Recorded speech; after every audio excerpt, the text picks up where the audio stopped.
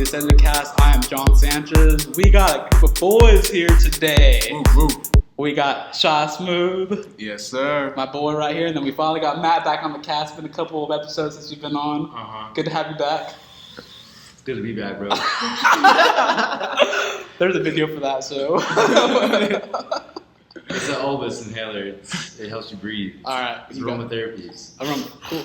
Gotta feel a little bit better for you going to the podcast. I like how you waited until we started recording. Beautiful intro. I was like, what? Like, as we were getting ready, he's just like, let me go do this real quick. Yeah. Fucking ever heard over here. Yeah. Hey, you anyone got a tissue? I told you. I was like, are you ready?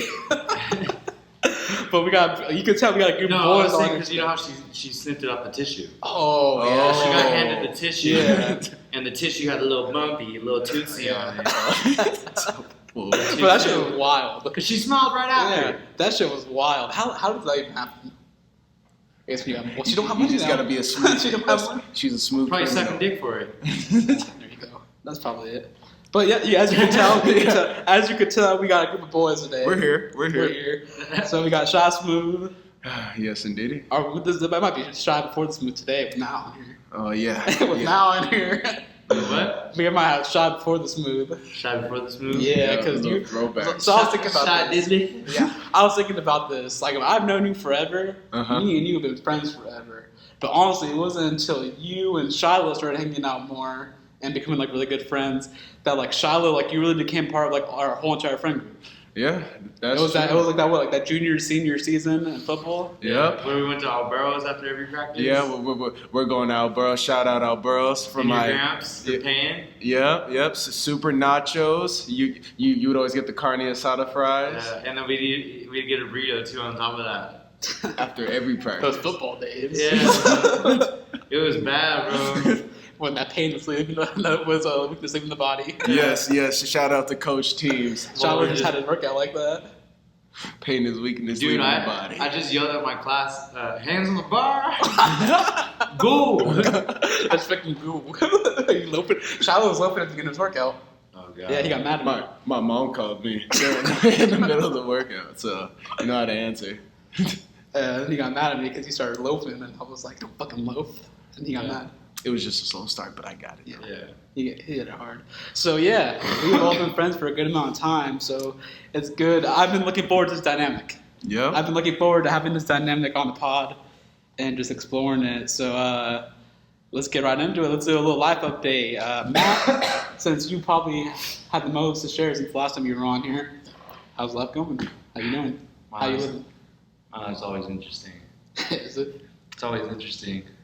It's always got some fucking, like, it's just, I don't know, man. I just fucking, I try, like, I can't seem to get away from shit unless I just get out on my own. So that's what I'm doing right now. I'm fucking focusing on getting out on my own. I feel that.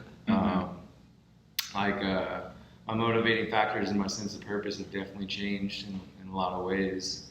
I would say I made some leaps and bounds with like relationships within my family, and then I've also set boundaries and standards with the other people within it. So it's just been pretty It's been pretty intense, but it's like, you know, you need those moments of intensity. You need the moments of fucking bullshit so you can, you know, figure out what's going on truly, and then move, and then, you know, learn from it. Yeah, you're not living comfortable. You're not living comfortability to where like you're trying to make everything easy. Like you gradually want to grow, but with it comes all those challenges and adversity you're going through. Yeah, and it's not like I even like, you know, don't get me wrong. I love getting uncomfortable. I love, you know, growing from it. But it's like these ones are the ones that like the ones you can't choose. You have to deal with it. You know what I mean? Like you are dealt those cards. Yeah, you gotta fucking figure it out. Or else you're just gonna be fucking stuck in the little shit circle that everyone else is in. Yeah, so that's I can relate to that 100%. It's like you gotta be the black sheep. You gotta be like the outsider looking in. And I'm grateful for being the youngest and able to fucking like, you know, see everyone else's mistakes and actually, you know, learn from those on top of, you know, mixing mine in there too. So I get to, you know, actually like grow more because of it. It's all, but because I'm choosing to do the work as well, I'm being accountable, I'm being honest. It's not you're gonna report me. You're actually taking yeah. Even though everyone has those moments where like they're like, fuck, dude, why the fuck do I gotta deal with this shit? I've said that. Like, why the fuck do I gotta keep dealing with this shit? Yeah, and I think the internal dialogue that you have with yourself, because I do that all the time too, where I'm like, damn, like, what the fuck is happening to me? Or like, why? Like, why do I have to deal with this? And it's just like, okay, like, let's look at it for what it really is. Is what happens after that. Yeah, it's like, what can I do to change or fix the situation? Like, am I doing everything in my power to make the situation right? And like that, oftentimes it kind of regrounds me and brings it back to like, no, your life ain't that bad. And bro, like I actually went through a really like tough experience. I won't go into details on that because it's like a little personal, but like it was like very intense. It put me down for days, but like it put like I was like lying in bed for like when I would wake up 3 hours, I wouldn't even get out of bed, bro. Oh wow! Like it was like I was fucking like not frozen, but my body was shutting down and having to really fucking like recalibrate while like going through like a lot of internal fucking dialogue and battles and fucking like. And I like it was just a perfect fucking like it was a perfect storm. So that perfect storm, like because I'm so aware and able to reflect of like myself, like I can be honest and go and look back at that perfect storm and be like, what the fuck was that about? Why did I get there? Yeah. I'm not gonna feel like a fucking piece of shit or like a little bitch about being there, but why did I get there? And so that perfect storm was literally meant for me to fucking learn from. Yeah. Mm-hmm. Even though it was one of the most shitty times of my fucking life in a way, in certain ways, what could I learn from that? Yeah. And now, dude, it's like a fucking weight off my shoulders because I just fucking, it's like the whole like, I just shed my old self and now I'm a new self kind of deal. That pretty much fucking happened.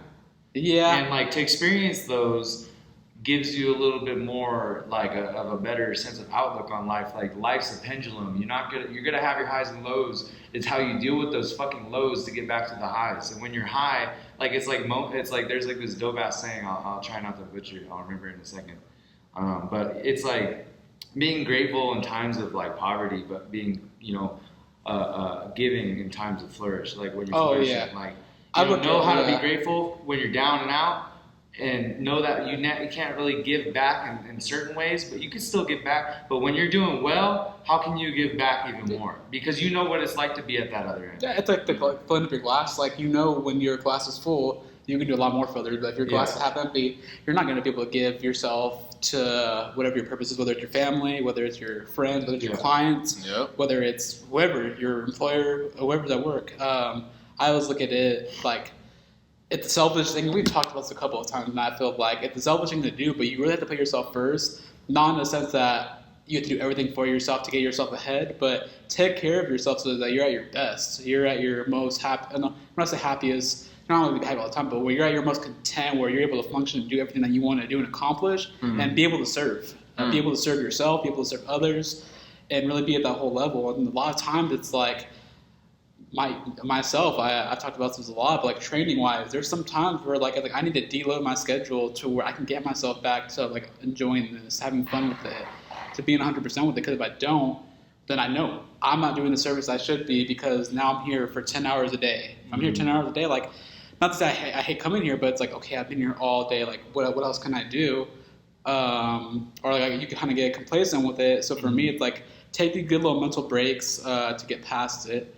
And to kind of tag on to what you said, I feel like there's a positive and negative connotation with like obviously dealing with depression, and how I've kind of come up with this almost in my head is it's okay to be depressed. Yeah. I think there's short-term depression. My thing wasn't necessarily depression. It was more like my nervous system was in shock. Okay. It was like it was in like a. I look at it nervous more system from dysregulation. Yeah. Like don't get me wrong. I have things that like could very well I could be like depressed about, but I'm not. I don't think I'm necessarily.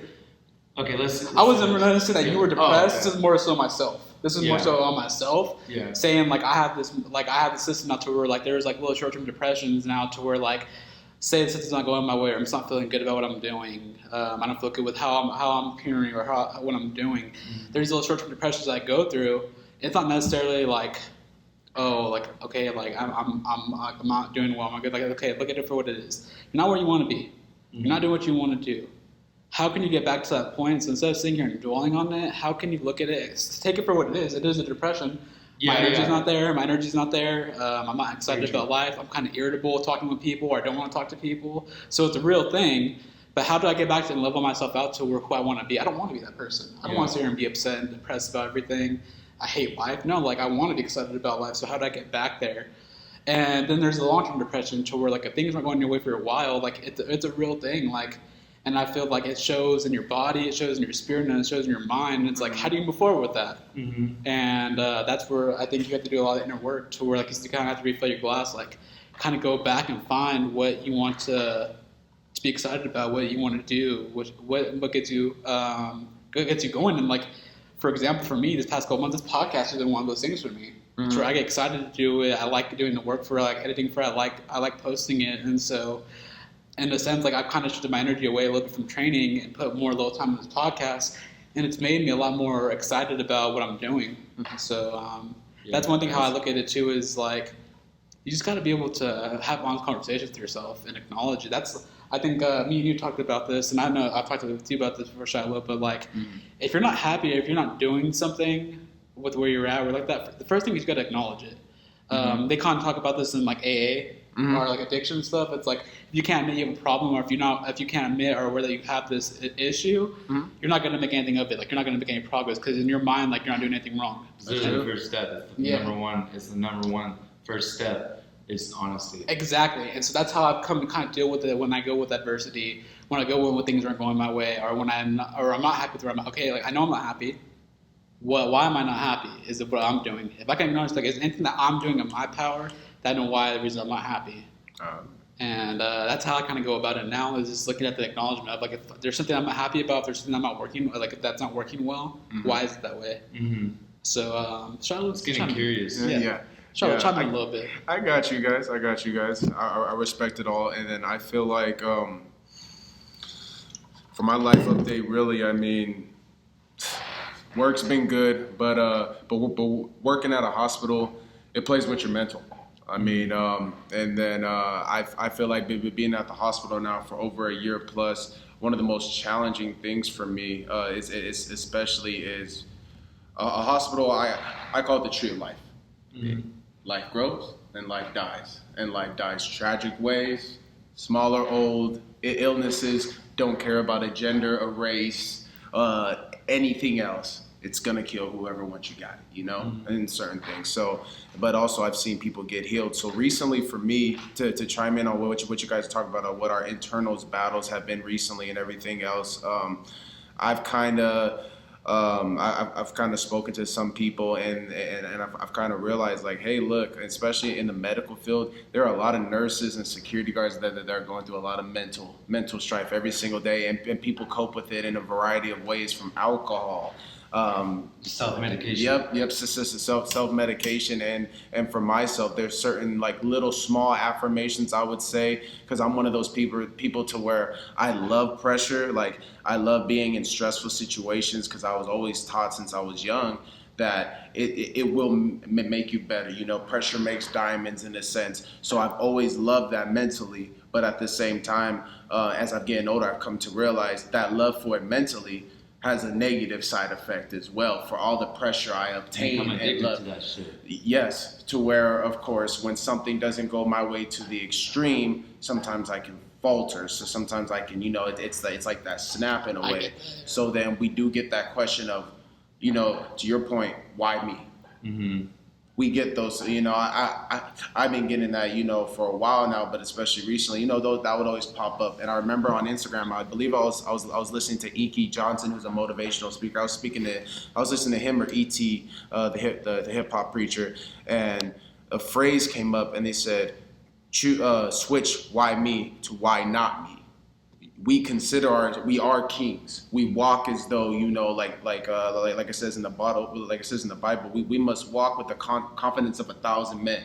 So when you look at these problems, these trials and tribulations, change why me to why not me. Yeah. So that one phrase over the past 2 to 3 weeks has literally reversed my days. when I'm getting, like I said, these 5150s, people on mental holds that are irate, that are on drugs, you get bad visitors coming in, and it's like you see people get hurt and you have to protect people. It's like your mental has to be right at all times. Mm-hmm. And I feel like, especially recently, God has shown me these certain things and to hold on to. And I'm thankful that as I get older, we see these kind of signs in our bodies and ourselves. And we're not only open to talk about it, like our podcast and everything, but we move forward. Mm-hmm. And that's what I love about my friend group, about you, about Matt, about Clint Land, everybody out there, is the fact that our friend group are men that are mentally strong enough to where we're not the strongest. Of course, we have human emotions. We're going to falter sometimes, but at the end of the way, we get it done. Mm-hmm. And that's what I love about it. So that recently, that's what I've kind of taken out of it so far. I like that. I think kind of to touch along what you were saying about like nurses, the first responders, like paramedics and stuff like that. I've been seeing like a lot of flack lately about them, like a lot of people like complaining and saying like, well, why do they make so much money, or like why do they get paid so well? And I was like, of all people that criticize, like you're gonna get mad at first responders who, like you said, deal with death, they deal with disease on the daily, they deal with all these things, and it's like you're worried about how much you're getting paid, and I'm just like, why don't you worry about how much you're getting fucking paid? Exactly. And actually, this is actually like, a sad. Why you worry about another person's dollar? Like, just fucking. Because people want something to bitch about. Yeah. What are they talking about? They doing TikToks and shit? I just saw a big video on that. So like on Instagram, like I have a couple of friends that are nurses, and then like there's some influencers I follow that are nurses because they're like on the fitness, like they do nursing and then like they'll do like fitness stuff on the side. People can have side hustles, bro. And like a lot of firefighters have side hustles. Yeah, exactly. And so like a lot of them are saying like people are bitching and like, oh, like well, like why do you get paid so much to be a nurse? And it's like, why? Oh, why? Why don't you get paid more? Like I feel like if you're worried about getting paid that much, go do it. Yeah. Go do it and see why. But honestly, this is actually the sad truth. So the county hospital, because the one I work at is county, bro, they're not even getting paid at much at all. They're actually getting paid almost close to kind of like minimum wage, but like probably 18 to 19 maybe. What? Where is it at? If this is at the county hospital I work at. I don't want to say. There's levels to everything, though. Yeah. That's crazy. Yeah, what degrees do they got? Like, Oh no, like, there's a difference between associates and bachelors and masters. So the privatized hospitals like Loma Linda, like Kaiser, they actually pay the standard going rate, if you will. But county hospitals, because it's a county hospital, the budget's lower. So if you look at Arrowhead, if you look at some of these county hospitals you see locally, all those doctors there are getting paid less than Loma Linda. I know that. Other stuff. So that's nurses, doctors. So you have registry. At some of these certain hospitals, registry people, the people that when the victims come in, when they check you in at the ER, you talk to that person, those people are getting paid more than nurses at some of these county hospitals. Because that's just the budgeting, not only budgeting. No, I got you. Okay, I didn't know that. But So that's a random fun fact for people out there, and then of course for first responders. I mean, I believe that they just got a little. A nice little pay increase for AMR and all that, but you still got to put in your time. No, I know AMR. They don't. They're slaves, bro. Those EMTs and paramedics, they're slaves, bro. The boys are out there just dealing with the world, but that blows my mind. That counting that, I get like the budget stuff like that, but like if it's close to minimum wage, like why even go to school and become like at that point? Like, why even go to school? Well, like that's where you weed out the people that actually are passionate about it and they're for money. Because there's two people. You're there for the fucking cause, or you're there for more of the money. Yeah, and then which I get. That's which understandable. No, people gotta feed themselves. To a point, yeah, I understand that. But I feel like for all the schooling and all the hard work you have to go through that process, the nursing school could be like anywhere for like 5 to 6 years. Yeah. To go to school for 5 to 6 years, have like 4. Yeah. Have a trained skill set, and then only be making a little bit above what people are making for flipping burgers or working at the registry. Well, look at EMTs and paramedics. Paramedics school is expensive too. Like, and they're out on the go, like fucking, like so, like that just is what it is, I guess. You know what I mean? Like, that doesn't as well. Yeah, it's especially. I get what you're saying. It doesn't sit well with me either. I get what you're saying. I obviously think that they deserve more, but like you gotta you gotta know where to go. You gotta know what to do. You gotta fucking pick and choose. Like if you're gonna get into that, you gotta like, even though some people don't get dealt those cards and shit, that's just how fucking life is. But like, that's how it was in firefighting, bro. I got in and I could have been making fucking $150,000 or close to, no, I would say more to like $120,000 right now. Yeah. That's fair. But dude, I took a fucking firefighter's paycheck and I got $200 a week. Yeah. Like, you gotta know where the fuck you're going, what you're doing. Like, you know, if you're gonna be in that job and all you can do right now is county, that's all you can do to get your experience, go and fucking do it. And get your experience, that way you could lateral out somewhere better. Yeah, but you gotta get your experience still. You gotta pay your dues, I guess. Yeah. I think that just sucks. Yeah, it sucks that, I mean, there's a lot about working in the hospital that I've learned about, not only the medical field, but how hospitals Politics? operate as well. Yes, of course, not only the politics, but I mean, hospital is just another big business, man. Yeah, bro. Always has been. Western medicine. Western medicine is disease maintenance, my dude. It's fucking crisis management. It's not fucking prevention. It's not, dude. It does not prevent. It maintains. Mm-hmm. It's a multi-billion-dollar industry. We're not gonna let you die, but we're not gonna let this be either. No, seriously. Seriously. We're not gonna let you die, but you're gonna be on all these fucking pills that we're getting paid out for. Yeah. And then they hit them with the dialysis. Right? That's big business. You're literally fucking like, dog. Come on now. Like, what? Why can't they get people to fucking not be on dialysis? Because they don't make money off of it. Exactly. Exactly. So they make more money off of you being on dialysis than you not being on it. If I break my leg, I'm going to you guys. If I for some reason had a fucking heart attack, I'm going to you guys. But if I got a fucking disease, I'm sorry. You better treat that shit yourself. But we're ranked for a fucking reason. Yeah. And I'm not gonna trust that because it doesn't fucking work. Why do you think all these millionaires and fucking billionaires go to fucking other countries to go get treated? When they have cancer, when they have some kind of disease. So it's like, look at our rankings. Which I'll say, but this is the sad thing part is we have so many smart, intelligent doctors actually did research. They're smart fucking people, but they're taught wrong. Well, not even that. Like, there's some that go above and beyond and are actually smart that they just can't get the research out, or they can't get. They have less than like 10 hours of nutrition in their whole thing. Mm-hmm. Less than 10 hours. You're about to tell me you can help me fucking prevent a disease caused by my daily life? Or are you gonna fucking give me a Band-Aid? No, I'll give you a Band-Aid. I'll give you a Band-Aid. I'm gonna give you a pill. Because these pills also are incentives to me, and then I also gotta keep my fucking license. So I can't tell you certain things to do. I will lose my license. That's how they work. Like, if you can't tell me how to prevent something because you'll lose your license, how is that for me? Facts. How is that for me? The business. That is the business. So no.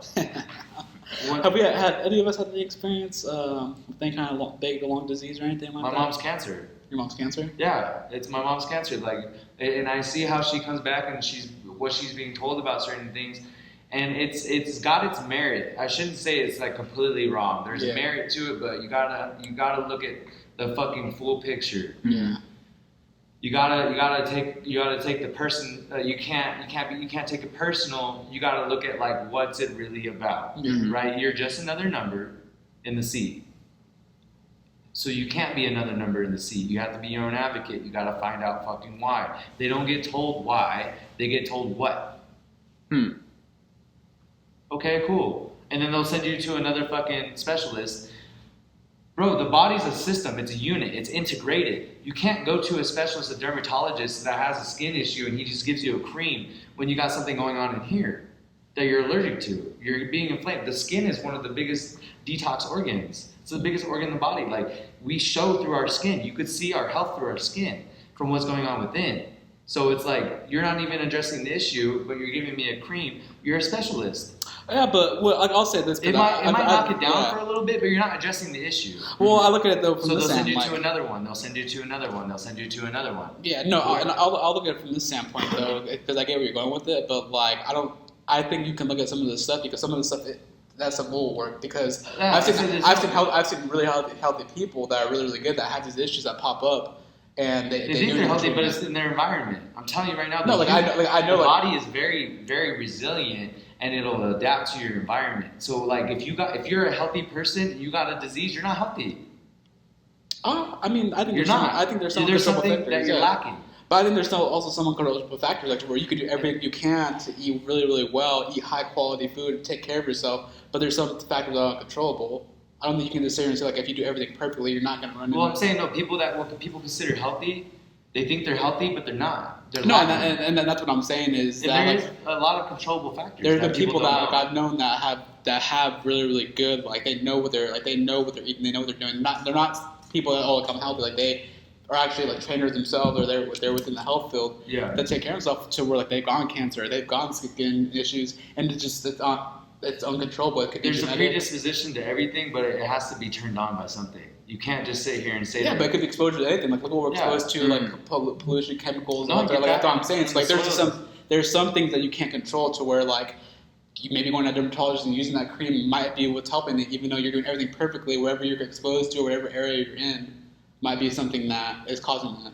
Yeah, I don't know. I don't really agree with that. I think there's a lot more to it that people just aren't being told. That's what I'm getting at. You're not like we're not being told like, do they know the? Well, that's what I'm saying though. Like they they're not might getting think told. that they're healthy, but they're not because they're following the mainstream. Yeah. You think you're healthy, but you're not. I'm not saying I'm perfect or healthy at all because I know what I'm being involved with in my environment, but it has to do with your environment. Okay. So it's like if you're not taking the time to like you think that you're like okay, I'm following all my macros, I'm doing all this, I'm eating like healthy and this and that. I'm not even talking about that. So like people that just have really good quality life habits, so like where they're running, they're keeping their heart cardiovascular health really good. They're not overly inflamed. Like they're taking care of themselves to where like they've randomly gone cancer.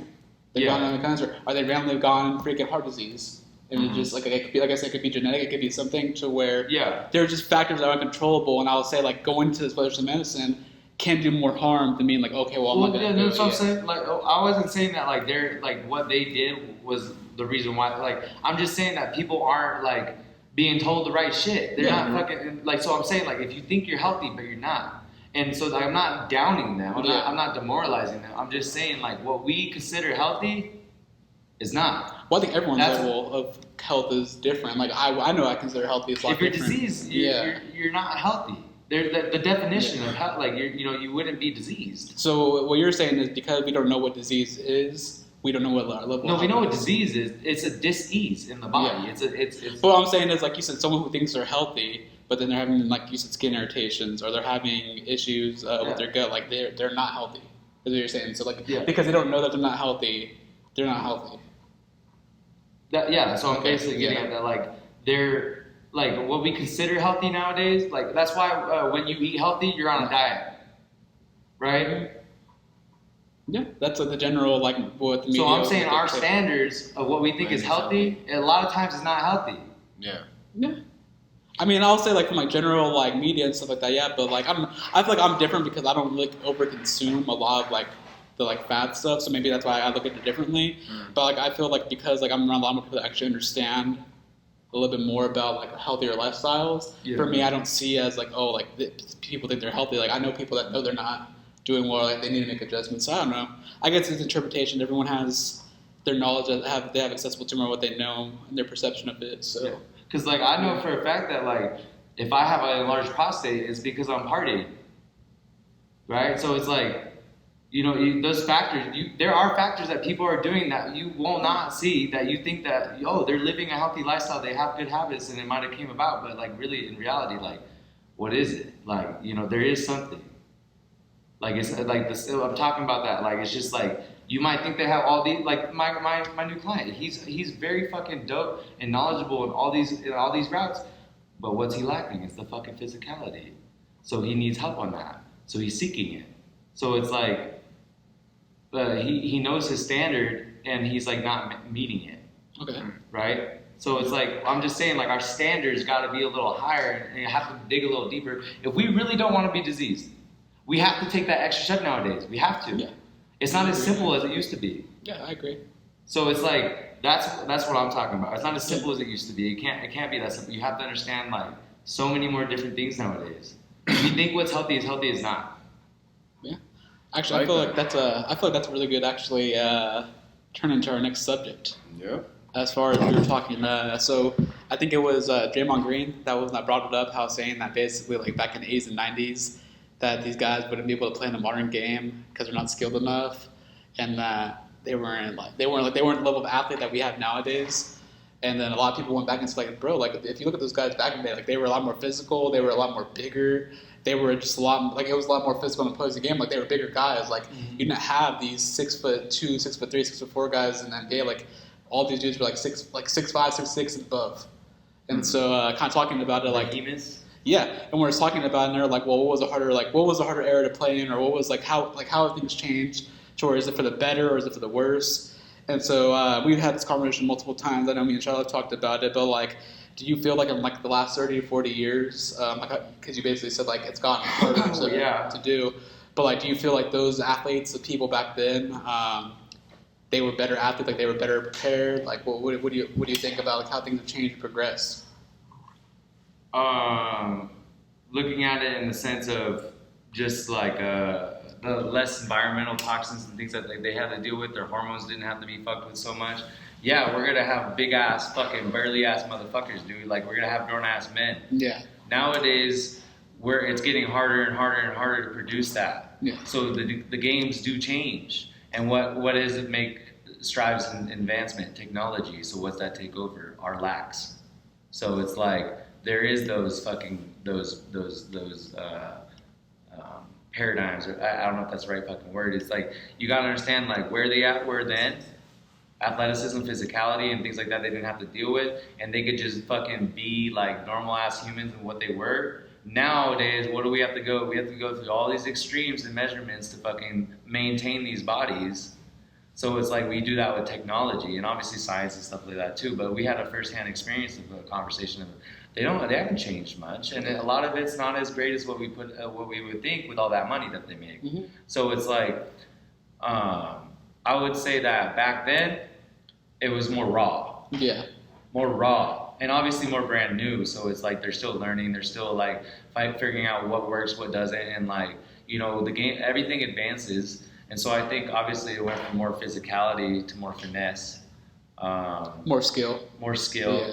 Yeah. Because like, look at the speed, and then also like what technology has done too is also been able to make us make like leaps and bounds in physicality and like speed. Yeah, and things like that. In NFL, like so it these guys are so much faster. Like compared to like the 80s and 90s, like you look at the NFL athlete now, like these guys are running 4.4s, 4.3s, like the norm. Yeah, it's like that's a norm. Normal. Yeah, like normal. And compared to back then, where guys were like more like the 4.6, 4.7, 4.8s. But their grit, I guarantee you, is a hell of a lot. Oh, yeah. Like, that's another thing, too. I just listened to an interesting TED Talk about grit and, like, how they did studies on, like, they went to every type, like, different types of people, different types of neighborhood, different types of everything, backgrounds, everything.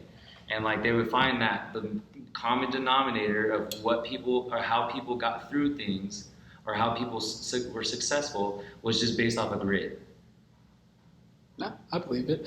Because it's perseverance. Yeah. It's perseverance. It's persistence. It's like the grit. Like if you can take somebody from the same fucking situation and this one has more grit than this one's going places. Yeah. Right? So it's like that's the common denominator. So back then they had grit. They didn't have all the technology. I look at it too, like the common social media factor of it. Of like I feel like now because everything is out there, like you see everything, like social because you is a huge difference. Well, yeah, because you have so many eyes on you now, like everything's kind of trackable. You look at it now, and it's like these guys. Like the one thing they're saying is like the one thing that came up was like, why are these guys so sensitive? Like current NBA players, like where they have to like they constantly have to defend themselves, or they can't take criticism from like these old heads that are just telling them like, hey, like this is where your game could be better. Mm-hmm. It's like these dudes get so sensitive and so like critical, but they take it personal. Yeah. And it's like, I think that's just a social media like thing of it. Like you see these reporters that will go and make these blanket statements about athletes. And like I get it, it's a money thing. Like the more controversy you draw, the more eyes and views you have on it. But like these players take it so much more personal. So I look at it from that standpoint too. Like before, you don't have to worry about like they're gonna put social media or the more you're gonna be talking about you if you were like practicing, or if you're doing this, or like if you like miss a couple of shots, like no, like you get back that grit. It's like no, just get back to it. You got the next game. And think about who those people's parents and grandparents were. Straight fucking savages, dude. Baby boomers. Back Straight in the savages. The baby boomers. No, I'm talking about the people like The people now, the people in the 80s and 90s. in the 80s and 90s. Oh yeah, those are the World War II veterans. Like Yeah. their Those are parents and all children. grandparents. Yeah. Like you gotta understand where they're coming from Yeah. too. Like that's the whole fucking cycle of like strong men create good times create weak men create hard times create strong men create good times. It's the cycle. Mm-hmm. And so like those hard ass times created hard ass men. So those good hard ass men don't want hard ass times. They're gonna create good times. Those good times will now create a soft man. Yeah. And a soft man will create a hard That's Jordan time. Peterson, right? I Yeah, don't that's know. Jordan Peterson. I think he might have quoted it, but Yeah, I he don't think quoted that's it, him. I think it's I don't know if it's his. Yeah, and I've heard him say it though. Yeah. So it's like right now we're in that cycle of like where all these soft ass men are creating hard ass times. Yeah, I know. Yeah. I And think so like these hard times it's the most effeminate we've ever fucking been. Yeah, there's gonna be a change though. I feel it. It's Well, how literally. do you feel about just the overall, natural like the old heads and The change in what? What do you think's the change? I feel like because over time, whether it's world wars that have happened, whether it was the civil rights, to your guys' point, when you look at the social background, which relates to athletes, which is what, like I said, so for the 70s, 80s, 90s, you know, coming out, you know, post racism, you know, the integration or whatnot. These athletes that we saw and that we love, from the Bo Jacksons to, you know, like I said, they're going back to the old school of football and the NBA.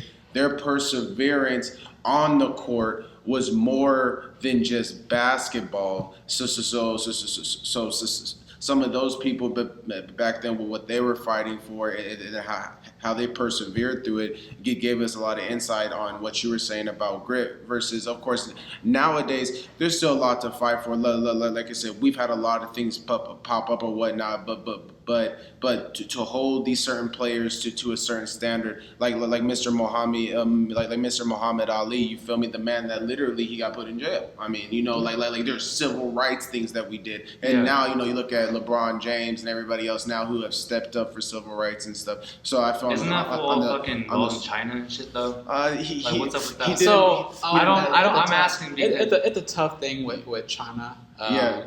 It's business thing. At the end of the day, you get paid to a certain amount of money. You're not gonna fuck with your money. He didn't speak on the topic that everybody wanted him to speak on, but it's just because, like I said, I'm not. I'm asking because like don't a lot of those top athletes and people get involved in like things like that? Like well, I mean, they just have some money over there. They can, but here's the thing with China is China has so much money involved in media because they make so much money in China from the people watching the media. So that's why when movies get shown, that's why when NBA gets shown, whatever, they're making money off of it. What they don't want is anti-propaganda in China for their people.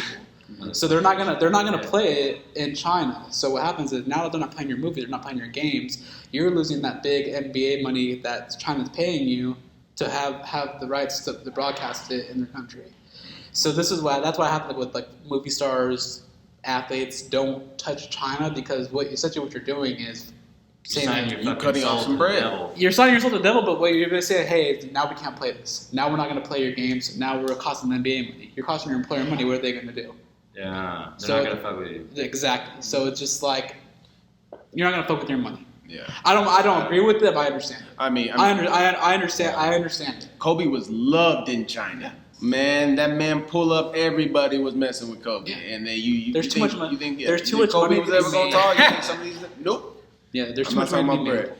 But yeah, no. But then okay, so then I'll go on that same time. I'm sorry, I just had a question. Oh, you know, yeah. Circling back to now, just like the old heads versus us on just like nutrition, and then the modern day athlete. My point is, we have made leaps and bounds for the positive.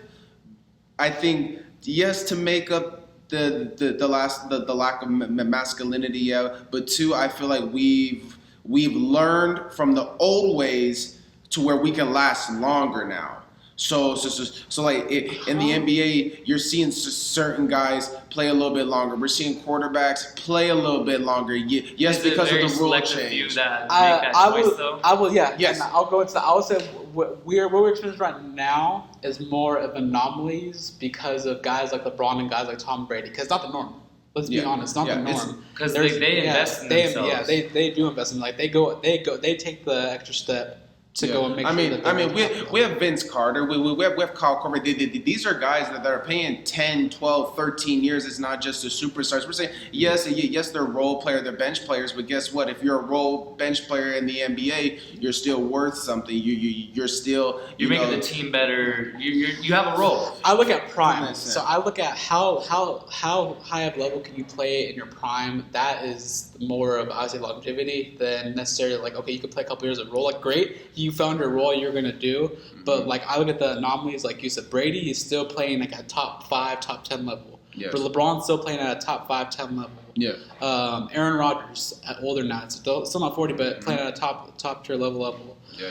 I look at more of like how many guys in the NBA have a career longer in their prime than 5 to 6 years. Look at James Harden. James Harden's still a great player, but he's not playing at that top level that he was. Yeah, but I mean James Harden. I mean. How's Steph Curry doing? Is that full still? Steph Curry's still looking good. He's still. But he's been dealing with injuries off and on. Doing really good, but I mean he's still on right now, so we can't say he's slumped. Not saying he's slumped, but he's had his fair share of injuries. That sounds a little personal. What's going on with that? Because I want them to win. Yeah, you can't say he's slumped. What's that mean? Like, because people talking shit on him right now. Yeah. They be coming for Steph's head, man. But I'm a stick up for Steph. All right, you drop. I see some dope ass videos of that fool's dropping dimes. Bro. No, he does, and like that's. I feel like Steph is. Who did I hear say this? I was on the radio and I was listening to it. Steph is one of those players that changed the way the NBA played. So he's one of those transcendent players because now you look and you see how all these teams are playing and they want these 3-point shooters. And it was because Steph. Literally the Warriors came in and they were like, we're going to shoot trays over you and kill you and do it. And they did it and they won 3 titles. And now you look at the guys that are getting drafted. Why is it that a lot of the times you don't see these big men getting drafted anymore? Because their game doesn't translate to what the modern NBA is, and it's like you want high efficient 3-point shooters to space out the floor and move the ball. So you don't want less physical, more exactly. Yeah, but the less physical NBA.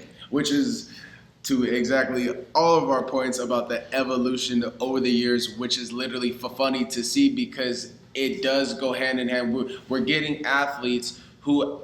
Now they're getting trained at a younger age consistently. And not to say those are not some grown-ass men that are physical. But, but like... No, there are. But this is the one thing I want to take away from that, though, too. To be fair, and to give credit back to the old days, the reason why the NBA was evolved is because the NBA wanted it to. The NBA wanted more threes. Why? Because it's exciting.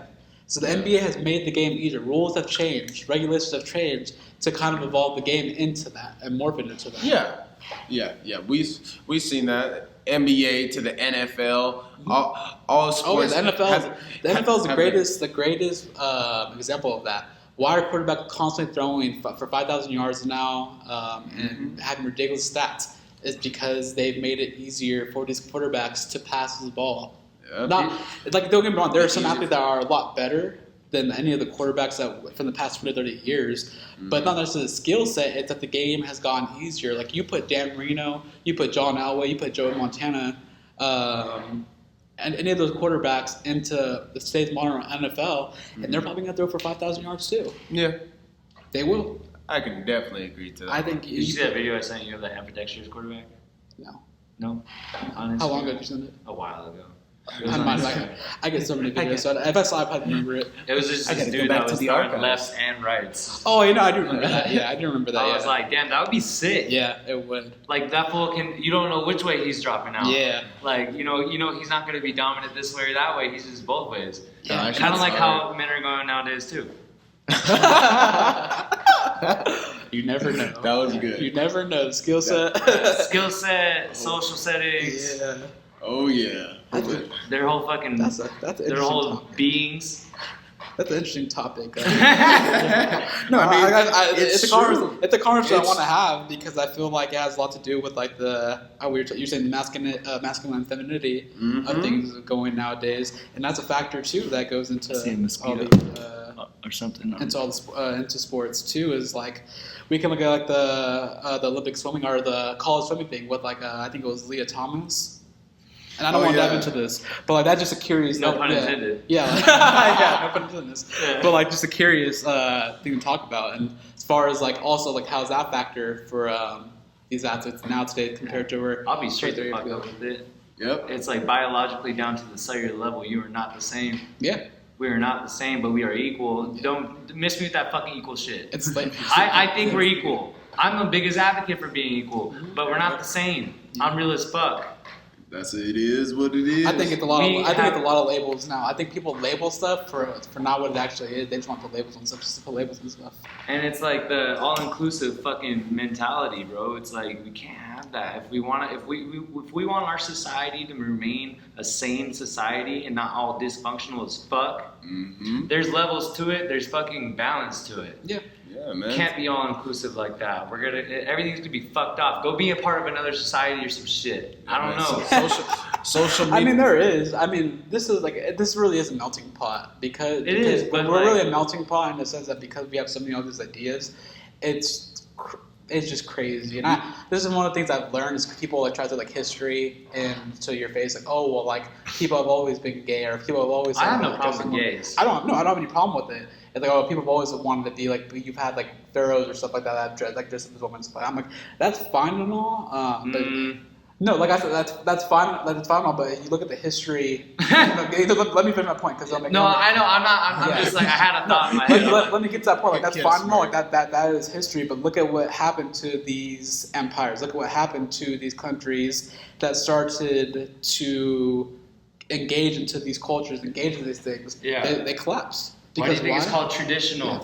Well, yeah, they collapse because you start to mess with the psyche, you start to mess with the structure of society to where you make weak men, make weak warriors because now they're more worried about how they look or how they're dressed versus protecting and securing. Yeah, they're more of a peacock rather than a warrior. Exactly. The Roman Empire is a great example of that. Yeah, the Roman Empire is a great example of that. They stood for a test of time, and then they started to get more into arts, and started to get more into the society, stuff like that, and next thing you know, they fell. There's toxicity to everything too. I don't believe I'm not behind all that fucking over masculinizing men being just a straight warrior. No, you have to have that feminine too, bro. Gotcha. Like there's the balance, but you can't strive, or you can't stray away too far. And expect to be the fucking same. Yeah. And I'll say my issue more so is with people are who they are. You're gonna have every single one in society. Not everyone's gonna be the same. My issue is like how you said. When they're molded young. When it becomes the anti versus thing. Like we want to get away from masculinity. We would know. Well, you could let people be like no. Like let kids be kids where they grow up in a normal life. They're not being pushed on all these ideas where it confuses the hell out of them because that's where you're screwing with the natural balance and stuff. If people are naturally this way, they're naturally going to, like, people are people at the end of the day. They're going to do what they're going to do. But when you have to push this ideology and then you have to make the traditional value of it a negative connotation, you're screwing people things because what if there's a kid that wants to just be normal but constantly saying, oh, well, you're bad for that or, oh, that's toxic and masculine. Like, you shouldn't. But you're allowed to be this. And it's like, wait, like, why would if I'm allowed to be this, like, but I don't know if I really want to be it. And then they start questioning themselves. Yeah. And then. Man. And they shouldn't at that age, like that's not stuff they should be worried about. They should be worried about fucking creativity. They should be worried about building blocks in their brains of fucking learning. Like they shouldn't have to worry about who they're like. The kid, bro. I have nephews. That motherfucker does not think about being like a girl. No. Yeah. Like kids want to be kids. I mean. And there's gonna be times where he's gonna fucking pick up something that he won't even know that that's a girl thing to do. Yeah. But it's just like they're exploring and stuff, but that doesn't mean it's who they are.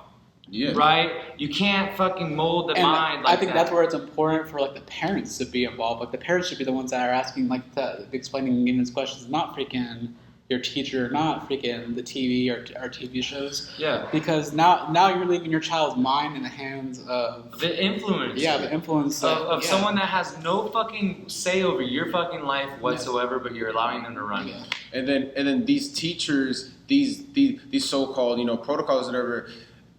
they see our kids, you know, just as much, if not sometimes more than we do on a daily basis for the working family. What the average school day was like from like 7, depending like 7 to 2 or like 8 to 2. Mm-hmm. So I think we got out at 3:15 So I think when we were at or 2:30. 2:30, yeah. So 3:15 was Beatty. Yeah. 3:15 was Beatty, but that was like what, like 8:45. Because we started later. Yeah. But when we started earlier, we got out at 2:30. Yeah. So what, like 7:30 to. That's so crazy, yeah. bro. We used to be on the clock like that. Yes, this is yeah. So my thing is like, when you have these things, I just saw this show the other day. I told you about it. They have it's like kid drag or something, bro. Bro, don't even get me I saw started on that and bro, shit. I was like, see, That's straight fucking. so we have these shows, which these little pageant shows and everything else. It's already been proven that these parents are the ones that are literally forcing some of these kids to go. You have these like it's just it's all It's called grooming, fool. Yes. So then that's how we're grooming them through That's social called media grooming. It's fucking gross. and education, because I know kids. I've seen these kids. You know what I'm saying? Whether it's 5150s, you know, mental health and everything else, we see kids that are literally having these social constructs, getting a battle within that they don't know what they are, because they don't know what to like, because their happiness, you know, they see, I think this person's cute and I think this person's cute, so my friend says this or my teacher is saying this, so therefore I must be bi because I think this guy's, you know, he looks handsome. I think no. But when you're getting taught that and when you're getting groomed that through other social ways, and kids are on their damn tablets half of the damn day on top of that, what else is a kid going to learn? What else is a kid supposed to see as happiness and as love is what they see on everything else. Or That's acceptance. And acceptance is the biggest thing, especially in households to where you have rich households. You have households to where parents aren't always going to be there, but they got the money, and kids are going to be influenced by TikTokers and whoever the hell else there is now. And that's the new generation of athletes that we're breeding. Yeah. It's mentally, it's Dude, going to be I have a mentally niece, weak. bro. It's mentally weak athletes that grow up on social media and the TV, to where constructive criticism, that what you were saying earlier in the podcast and everything else, that is going to literally be their mental strike. It's going to be kind of good and a bad, because the old ways, people didn't want to talk about their mental illness. Now we're seeing more and more athletes talk about it, but we're going to, unfortunately, I think, see an increase of mental, you know, outputs, mental, you know, people lashing out, whether it's drinking or anything else. We're going to see more of that on a consistent basis because of what we're breeding. Well, these things are the devil, or they're the fucking best thing you can ever have. All right, guys. So hold on. We're pretty high on time right now. Yes, Are we? indeed. So yeah. Killing So one thing I want to Hour and a ask you half. guys. Yeah. Hour and a half. No, I was talking to Adrian a lot. Podcast. I try to keep it like under like an hour and 15. Mhm. So I just want I like where we're going with this. I kind of want to just like wrap it into something. Yeah. One thing that I've kind of, and I've talked about this. I've talked about this with Reg before, and it goes into a lot of different things. But speaking about mental health. I think we kind of did at the beginning of the show a little bit. We kind of wrapped into that. But one thing I've noticed is, for me personally, like I'm not going to sit here and say this is the way to do it. I feel like I have a very masculine kind of like approach to things. But one thing I've kind of noticed that where I feel a lot better in my mental health and headspace is talking about it like amongst you guys, or talking with my dad about like certain things that are going on, and not to sit here and be like, oh well, like my mental health sucks, or like I feel bad about stuff, but like more so questioning like, hey, like I did this and I don't know how I feel about this, or like, you know what, like I'm kind of going through the same thing that you're going through. I'm going through the same thing that you're going through. Like, how do you feel about this? Like, kind of, this is how I feel about it, and kind of expressing it, because I feel like, and this is a brotherhood. So I feel like when I talk to you and hear your thoughts about it, or when I talk to you, and I feel like me and you have a lot of that back and forth, to where like I can like talk with Matt, and we can kind of go into something similar, or I could like get his perspective on that. Okay, you know what, like he says something that kind of like resonated with me, because that's how I was feeling, and it was nice to hear him say that, because now I know I'm not crazy, and now I know like it isn't just me, or it's not just like some shit I'm going through. Yeah. So do you guys? If you don't talk about it, you feel alone, even though you know you're not. But if you don't talk about it amongst the group and get it out there, and you don't, it's in here, and you're just wondering, rather than I could like you just putting yourself out there for the most part can help out so many other people. So this is where I'm going to kind of lead into the conversation. So the one thing that kind of come up is like, I don't think I would have some of the same conversations I have with you guys that I would say I would have like a girlfriend or like a female. No. Not to say like, oh, like you can't share with them. But I feel like there's certain things as far as like a masculine thing that like I feel like for my mental health it's better to share with you guys than necessarily like my partner or like my girlfriend or something like that. Yeah, no, and that's I could definitely attest to that. Like having a girlfriend right now, she's gonna hear things that are completely different than what I'd come to you for. Yeah. Like you don't need to fucking like help me with this. Like this is something that's like like you said, it's completely different. Yeah. It's like I know I can come to you for those things. That if I were to go to her, I wouldn't really want her opinion on that. I want your opinion. Yeah. Like I want her opinion on other things. I also think it's for like a healthy relationship balance. Like, because you guys understand though better. Yeah. It's like a different I was just. Well, I look at it from like a relationship standpoint. Like I feel like from like a male and female perspective, like there's different problems that we have in them as a male versus a female. Like we're gonna approach them differently. Yeah. And so that's why I say like I think for like I don't want to say avoid argument. That's a word, but like. To have a healthy relationship, like I'm not gonna share with the problems I have because she's gonna want to figure them out, but her approach is gonna be a lot more different than what you would probably want from it. Yeah. So that's why like I look at it and I'm just like I feel like there's a good balance of finding that. When you need a woman's touch, or when you need a woman's exactly, then you can go find, you can get that. Exactly. But like if you need a fucking man to be real with you and tell you how it is, or if you need some shit like. You're being a fucking pussy. Yeah. Or like not in those words, but it's like pretty much. You gotta like have those words sometimes sometimes to be real. I'm all that. But then like if I need a nurturer, or if I need a feminine touch, or I need something along those lines, I can go get that from her. I can go be a baby. Yeah. So it's funny. That's the word. So it's I'll use my own example because I'm rewriting up my my training agreement right now. I'm making it a lot more like precise and clear just for my own fitness benefit. And it's funny because I've noticed I'm not gonna ask my male clients to look at it and tell me what they think because they're gonna look at it and go, oh yeah, everything looks good there. I want the attention and detail that female wants to look at it. Because they're going to be honest and tell me what sounds right and what doesn't look right. And what is this for? For my training agreement. So basically, it's my agreement. Like whenever I get a new client or I have existing clients, it's like the liability form and then like what the expectations are for you as a client. Like as far as scheduling, as far as canceling, as far as payment, everything like that. I didn't get one of those. Oh yeah, dude, it makes things so much easier. But yeah, like for me, like I was like, I can go get a male perspective from it. But like if I show Shiloh's gonna look at it and be like, oh yeah, that looks good. That looks good. Yes, sir. But no, for real, like, he's not doing it on purpose because he doesn't care. But like he's just gonna look at it and like not pay attention to detail. So if I get a female to go look at it, she's gonna be like, oh yeah, that looks weird, like or that doesn't sound right, or like that. So for me, it's like I know that blend of like. Yeah. Okay, I'm gonna ask for things on things on this, like organizational. Like, what do you think about this? Versus like, hey Matt, like my work is like shitty, bro. Like I feel like I got no energy. Like, what should I do? And you're gonna fucking tell me, like, bro, stop being a bitch about it. Like, what are you doing? Or like, where are you sleeping? Yeah. How's your eating? Like, you're gonna. Say, I do possess a lot more feminine qualities, like like if you want to call energies, like masculine and feminine. Yeah. I possess more feminine, but I know how to tap into the masculine. Yeah. Even though beforehand I didn't, but like I feel like I'm a friend that is a little bit more feminine. With when you can come to me. Like for certain things, I feel like I'm more like a understanding, caring, and nurturing aspect. Like I will fucking feed you, I will listen to you, I will give you all this, and like But then there's like men that are like okay, for example, I can go to Everett or I can go to Nelly. That says it all. That's actually good, yeah. Right? Yeah. So like, that's the cool thing about like the groups too, though. It's like, but can you have somebody that has that balance to tap in? Yeah. Like I will fucking go to the extreme to fucking take care of somebody, but it's like and I'm not saying Nelly wouldn't take care of me, but it's just like he's more of a masculine Straight to the tell you fucking how it is, like bro, like I don't know what to tell you. Like I don't know what to tell you. Yeah, like, Mr. Short and sweet. Yeah, dog. Like it sounds like you're just being a bitch, but I don't know what to tell you. Yeah. Pretty much.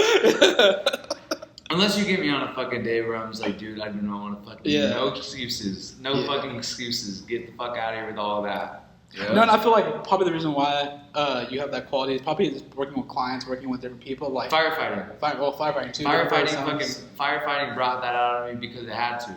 I was forced to, and I needed that initiation process of becoming a fucking child to a man, and to possess those qualities takes fucking time though. Mm-hmm. It takes time and practice. Oh, and like, dude, like I'm by no means fucking like but my attitude now is you would never catch me thinking like this when a year ago, 2 years ago. Like, but how long have I been out of firefighting? 3 years. Damn. But I had to take those qualities and had to fucking practice and practice and practice and practice. It has been 3 years. That pot. It has been 3 years. You want to know how I know? Guess I just pop up my story. Memories. Oh, It was fuck. we were doing something. I think it was when we were Habsu. Yeah, I just saw that too. Yeah. John, what are you doing? Just dead on the floor, bro. Bro, you were dead on the floor too. I was on the couch. The first day, yeah, you Oh. were. Dude, it was so fucking hot outside, bro, that I You was slept through the sweating. whole night. The whole night just sweating. It's probably what saved me. It's probably what saved me. It's just like, Like 105, 106 degrees. This fool just slept outside. just like all night long. I go inside. I'm like, damn, it feels good in here. Where's my tequila at? Dude, The Bloody Marys. I was fuck, dude. Yeah. Those times, bro. I look back. I'm like, fool, you could have drank way less and had so much fun. Oh yeah. I feel like You gotta learn. that's just our magic. Remember I threw up underwater? I swam under the boat, dude, because they were all freaking out on me. They were all freaking out on me, thinking I'm way too fucked up, and I was. But I was like, you know what? I'm not gonna give these people no more ammo. I'm like, I'm gonna go underwater. We're parked at a fucking sandbar, and like the boat had enough fucking like space under it. Yeah. And so I swam under, and I was like, and then I came back up. With the biggest smile on his I face. was like, good job. I was like, you might want to stand over here for a while. I was like, I just threw up underwater. You had the biggest smile. What I gonna do? I grabbed another fucking drink. That's what I love about Matt is Matt. You know Matt's fucked up or he's having a good time, and there's just a little smile on his face. Yeah, There's like this little My eyes smile, are gone, but my smile's there. Lights are on, nobody's home. Yeah. I will say, Matt, your autopilot is one that I will always Undefeated. cherish, bro. Actually, no, not undefeated, but yeah, no, pretty damn close. Pretty damn My close. autopilot, it's pretty resilient. Yeah. Like, it's crazy. I was gonna say undefeated, but it's not undefeated. Yeah, That's pretty damn it's- close. I've been defeated many times, but that's why I am the way I am. All right, so I think we'll talk about this. Let's go, Shiloh. The Shot Smooth segment, the IE talk. Oh, dude, yeah. I forgot we got our last little Oh, segment. yeah. Oh, yeah. The IE talk. We have two games real quick. So the IE talk, just pretty much one thing we just kind of seen, throughout, seen, experience, or whatever. One thing for me is, man, I actually want to shout them out. Just last week, I actually went to this little thing. It's called Taco Landia. It's you can actually look it up on Instagram. It's just pretty much all these different vendors, food trucks, or whatever that they have in San Bernardino. I think it's on Mount Vernon. Yeah, I have the Instagram right there. I just want to shout them out. But yeah, I actually went there, bro. Fire. And which kind of sparked something in me to where, because you guys know I'm not only am I very big on IE, but I'm very big on like I want to create here because people think as the IE is death, as like a place of there is nowhere to go, So I feel like though there is some truth to that, when I saw these different small businesses, these different vendors, I got to see that, especially within San Bernardino, Highland, like our local area, there's so much beauty, there's so much good food, and like we can really bring life like it was just another reminder on how special this place is when we have resources, when we have people coming together, and when it's safe. Because people are dying every day around here, and that's just facts. So seeing kind of seeing that pop up, and I think it's every like Friday, Saturday, Sunday, or Thursday, Friday, Saturday, I don't know. But that's something I would really encourage people to go to, and that was just something really, really cool to see. Yeah, go somewhere where everyone's dying. No, just kidding. No, I'm just kidding. But no, it is true though. It's kind of fucking crazy. Like there is a lot of it's so crazy how many deaths be going on, but it's just so day to day. But I don't even I've only experienced like a couple of times where I've actually seen like gunshots like in the intersection like that I'm in, and but that happens every fucking day, and it's taking lives. So, I'm gonna hit us with a message. Sorry, I fucking ran. No, you're good. This ties in with a little quote. If you see every day that the world's burning, you're gonna think the world's burning. Very true. So if you're not hearing about it, you're not saying it, you're probably not thinking it's happening, but you're probably not thinking about it. Yeah. Yeah. That's the case. Here in San Marino, how often are you going to see on the news, or how often are you going to hear about on social media that someone died or someone got shot? Every day. It happens every day, but you're not going to are you going to see it? Oh yeah, no, okay, yeah. It's happening every day, but are you going to see like on social media? Are you going to hear about it on the news? Are you going to hear it about on the radio? Like, probably not. It's an everyday thing. Yeah. So. Yeah, but then they will like. I mean, on occasion, that's another topic I'm about to get into. Yeah. Yeah, so just on the IE watch. IE talk. Yeah. Anything, Matt?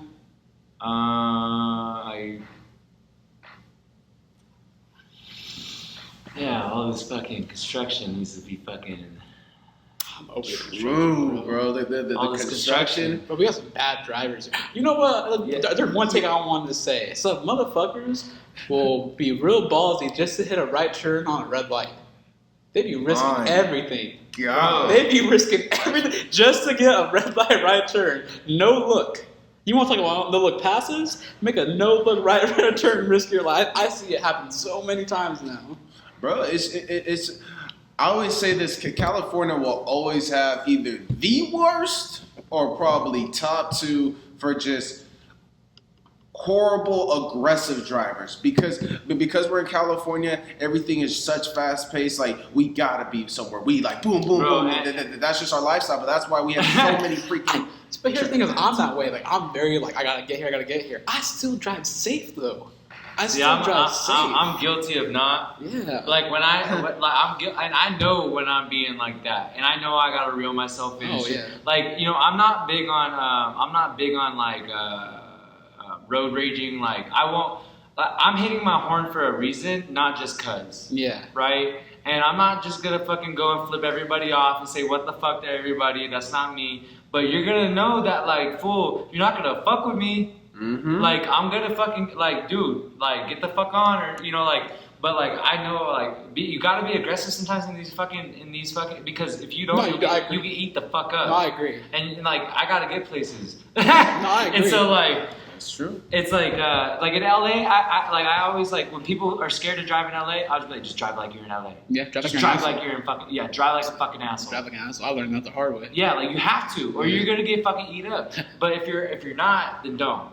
If you're not in LA, then don't. You know what I mean? But that's my fucking IE observation right there. The construction right now is fucking. Hopefully you gotta know when to go, what places and shit. Otherwise, you're gonna get caught up. Yeah, you gotta go on the left.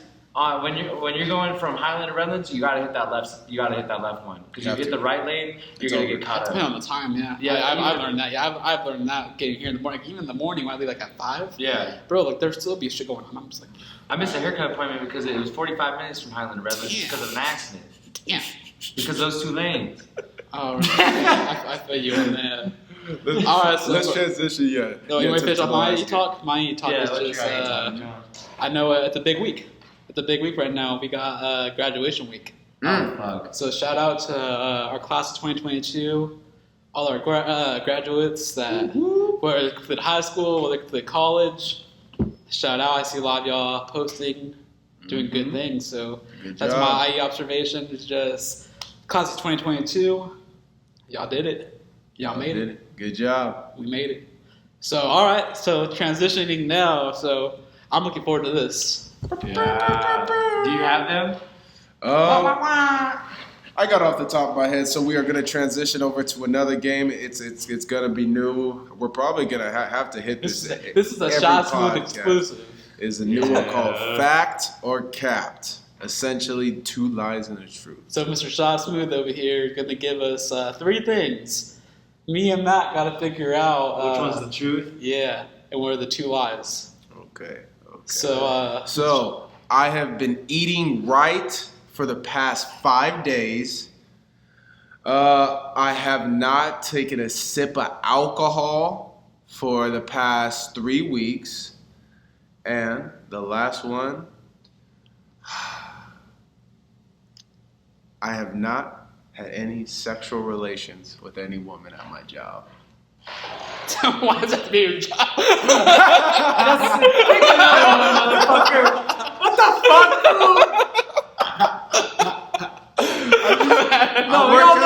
I work at a hospital, okay? It's very It's very trying. That's why that is a good one. That's the cap right there. No, actually, I would have actually won right there. No, so I feel like. would've won. So let me get this real quick. Well, you kind of gave it away. I was gonna say I feel like the cap was I've been eating good for 5 days. That was one of them. Yes, for sure. And then it was you haven't touched alcohol in 3 weeks. That was another cap. And what's the third one? This was fucking his coworkers. No sexual relations. No sexual. Yeah, I have not had any sexual relations with anyone in my job. So the truth is, I haven't had a sip of liquor in weeks. Oh my god! I just picked that up.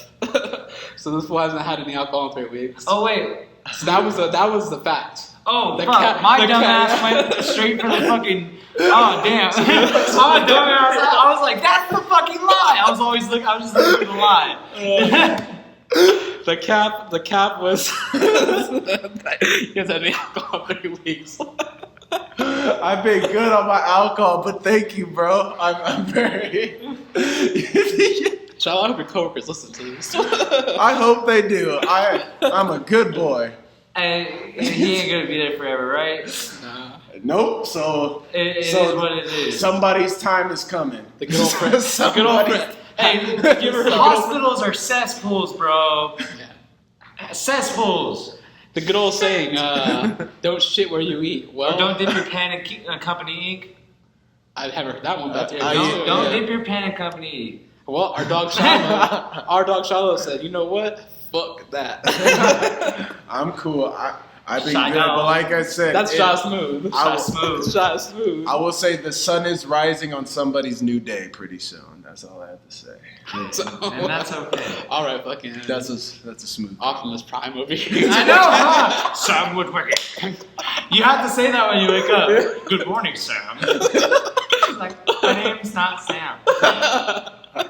This is over here. The sun will shine on us again. God. I promise you. Butt ass nigga.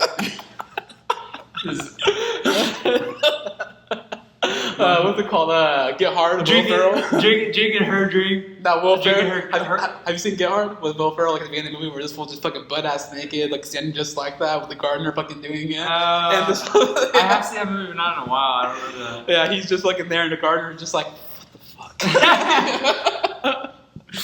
Yeah. God. Oh, that was good. Good. That was a you. good one, Chai. Thank you, guys. I think I like this. I like Yeah. that one too. All right, let's hit it. We got like 4 minutes.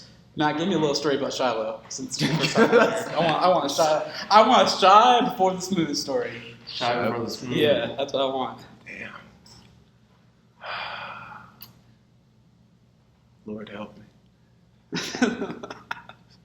I feel like Matt's got the best ones. One of them that came to my mind was just how we used to be like, all right, man, we're about to go out. All right, like we're about to go out tonight. Let's go, have a good ass time. Every time I open my door, what the fuck are you wearing? I have to give this for my clothes. What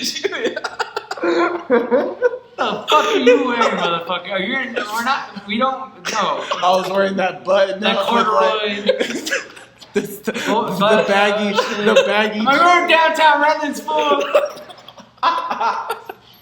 Where are these?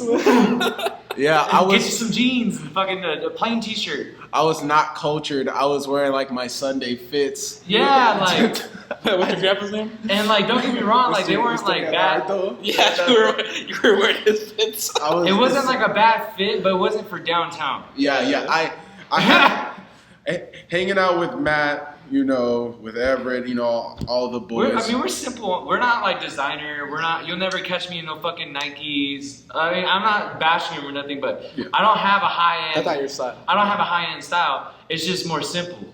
And then, but that's where I learned when you actually go out to these different places, whether it's Huntington Beach, Redlands, Pomona, you get to see the environment and also the attire, so you can really dress accordingly. But there is a neutral attire, and I just wasn't accustomed to that because, like I said, I was so used to like I said, oh well, if you go out, Mama raised me. I'm going out. I'm gonna wear a button up no matter what, like the button up thing, or I'm gonna wear me a nice little polo and I'm gonna rock that. When when you realize when you get a going little out with older, this. yeah, or you Matt, you're going out. I think Yeah. you've gone out on this before. I have gone out. Yeah, I'm pretty sure. Yeah, I've yeah, seen the this exact outfit. Yeah. the little jean Give me a shorts, hat, fucking call it a day. something active, What, you you know. fucking fit like 4 years old? This is actually with my shirt. Dude. I gave you that shirt. That's how simple I fucking am. Yep. That's not like it's just, but it's neutral, like you said. Mhm. Like you know, it's not gonna deter me Nah, you're any cool. less of fucking, you know, if whatever game you want to pool. I mean, unless you're in some high dollar fucking like LA or fucking like Hollywood, even then, you can get looks, bro. It's just about who you are and About the a lot of energy. things. Yeah, I feel like Are you a fucking once you go weirdo? to big city, that's status right there. Yeah. It's like once you go to the big I don't city. even want to fuck with a girl Yeah. like that. Yeah. Because that's not me.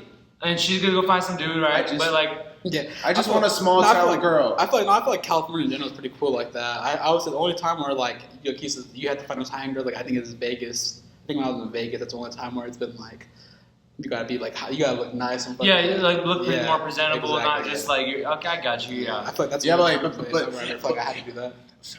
but any Vegas trip, whether it's boys, Mine- whether Sorry, it's whether it's with a girl or whatever, my personal mindset going in is I'm gonna look good. Yeah. I'm gonna for sure have my bummy times, where I'm gonna hit a little bar or something like that. But I think we all know going to Vegas, whether it's the club, the little beach thing, you expect to look good My going mindset in there. is douchebag, Fucking Jersey Shore. douchebag. That's fucking Jersey Shore. Like if I'm gonna like look the part in Vegas, you gotta look like a fucking douchebag.